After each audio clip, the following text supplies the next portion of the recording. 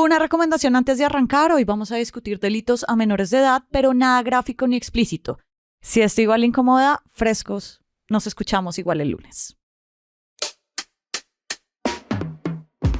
Tenga listo el tinto que ya vienen los huevos revueltos con los ingredientes que tienen a la reforma judicial a punto de quemarse en la puerta del horno del Congreso.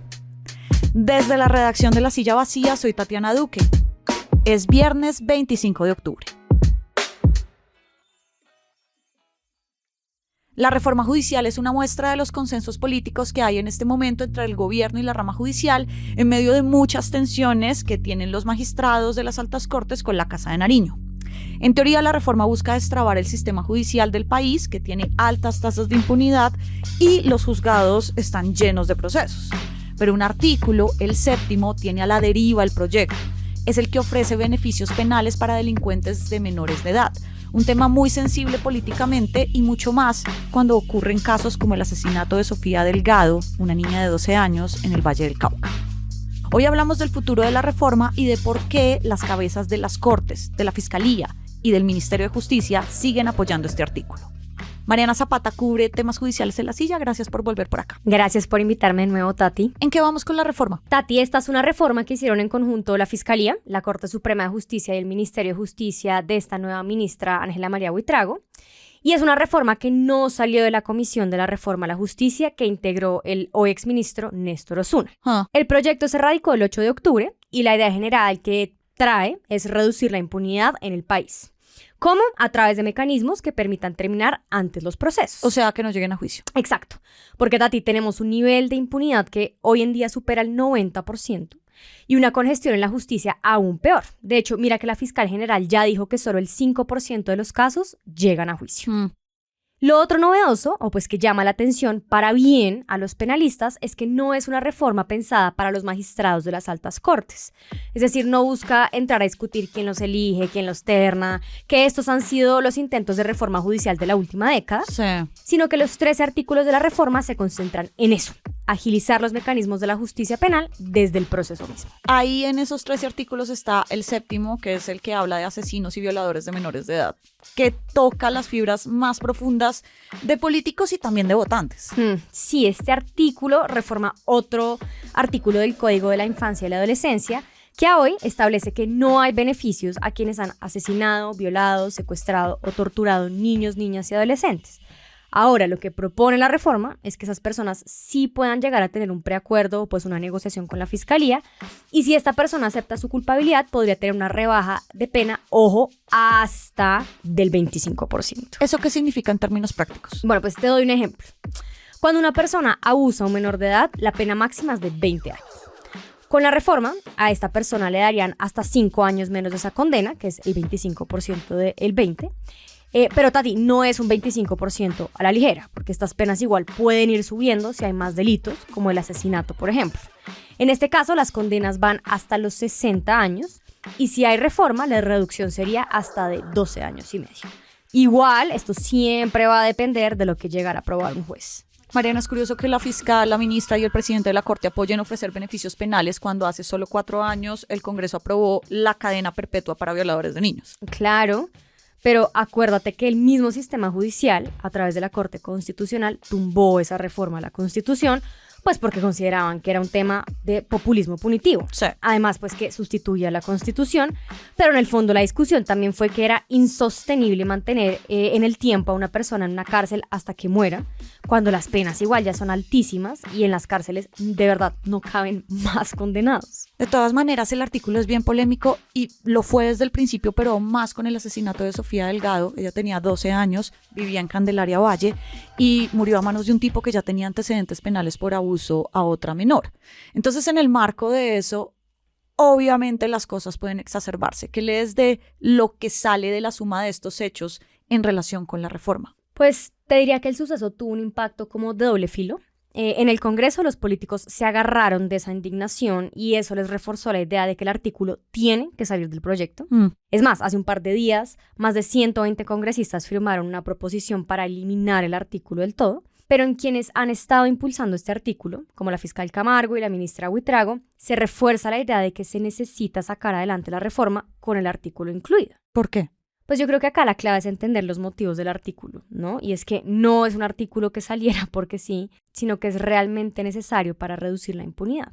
Mira que, como te dije, la misma fiscal acepta que el 5% de los procesos penales son los que llegan a juicio, lo que quiere decir que tenemos un 95% restante, que en su mayoría pues se pierde porque prescriben los crímenes o las víctimas desisten de seguir y muy pocos están teniendo condena. Sí.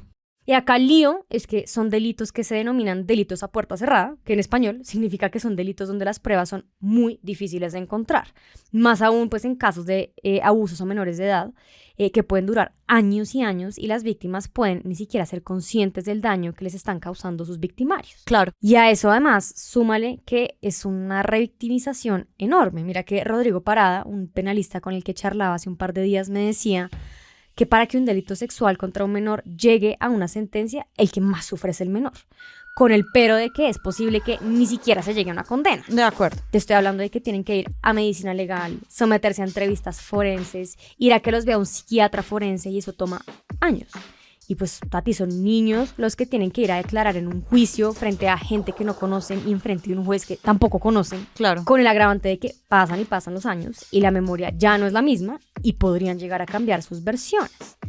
Y aún así, una muestra del impulso técnico que tiene este artículo es que los mismos penalistas que han hablado en el Congreso lo están apoyando. Claro, pero estos argumentos técnicos no convencen a los políticos que son los que toman la decisión final de que se mantenga o no. Claro, y a eso pues yo le sumaría que el bienestar familiar, la entidad estatal que maneja la atención de menores vulnerables, pues también está en contra del artículo. La postura de la entidad es que esa rebaja de penas no debería ser el instrumento para este tipo de delincuentes. Eso, y pues el caso de Sofía Delgado, genera que los políticos que además entran en 2025 en precampaña para el Senado 2026, pues no quieren perder esos votos de votantes cabeza de familia, papás y mamás que quieren proteger a sus hijos. Me queda la duda de por qué al hacer el proyecto sus autores se enfocan en un artículo específicamente para delincuentes de menores de edad. No, pero es que ese no es el único artículo, Tati. O sea, Claro. hay 12 más, ¿no? Y toda la idea es descongestionar el sistema y que no todo termine siempre ante un juez. Y es que hay otros artículos que también trabajan desde distintos ángulos, herramientas para agilizar ese sistema. Por ejemplo, hay uno que propone que la reparación sea una forma de acabar anticipadamente el proceso penal en delitos que son desistibles. Ejemplo típico, los accidentes de tránsito donde la gente le daña el carro a otra persona y en vez de irse al sistema penal por un proceso en daño en bien ajeno, lo que hacen es reparar y pues dejar hasta ahí el proceso. Pero en el caso de abusadores de menores de edad, pues las cifras sí son escandalosas. Solo en 2023 hubo registrados 8.295 delitos sexuales contra menores de edad. Y estos son los que se denuncian según la Procuraduría, ¿no? Y en Bogotá los casos de violencia sexual en el contexto educativo son 2.000. Entonces, sí recogería mucha gente este artículo. ¿Qué tanto pone en peligro este artículo en términos políticos la continuidad de toda la reforma? Porque no tiene ni un mes de radicada y ni siquiera hay ponencia para el primero de sus 8 debates. Claro, pero te diría que sobre este artículo hay 3 alternativas. ¿Cuáles? El primero es quitarlo, que es lo que quiere la mayoría de senadores. Sí. El segundo es dejarlo así, tal cual se propuso. Y la tercera, que de hecho la planteó Carlos Motoa, que es el vicepresidente de la comisión, es como dejémoslo si es para desmantelar organizaciones criminales, o sea, una red de trata de personas, un grupo armado ilegal, una pandilla, etc. Pero si es un particular, ya no hay ningún beneficio penal. Igual la decisión que tomen se sabrá cuando la ponencia del primer debate de la reforma esté lista, que será en los próximos días. Estaremos pendientes entonces de qué pasa con el artículo. Gracias por pasar por acá, Mariana. Gracias, Tati, por tenerme. Y arranca el día con estas movidas. La Fiscalía tiene indicios concretos de que sí se compró el programa espía Pegasus, como denunció el presidente Gustavo Petro. La investigación avanza sobre quién lo hizo y para qué se usó. Por esa investigación, la Fiscalía ya está escuchando a varios exfuncionarios del gobierno de Iván Duque, porque la denuncia del presidente habla de que los pagos se hicieron en 2021. Descarta la Fiscalía por ahora que ese programa esté en ese ente investigador y tampoco ha encontrado indicios de que esté en la policía. Toda la movida de poder está al aire en lasillavacía.com, en las redes y en el en vivo.